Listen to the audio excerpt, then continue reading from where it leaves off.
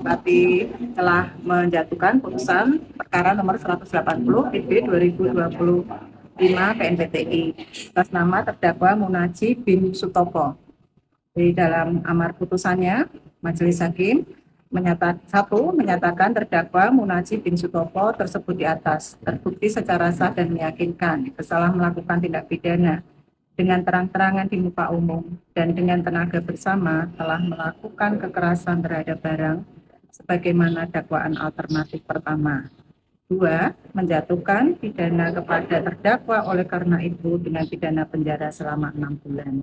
3. Memerintahkan pidana tersebut tidak perlu dijalani dengan syarat umum, tidak akan melakukan tindak pidana lagi selama menjalankan pidana pengawasan dalam waktu 6 bulan. 4. Memerintahkan agar terdakwa dikeluarkan dari tahanan segera setelah putusan diucapkan.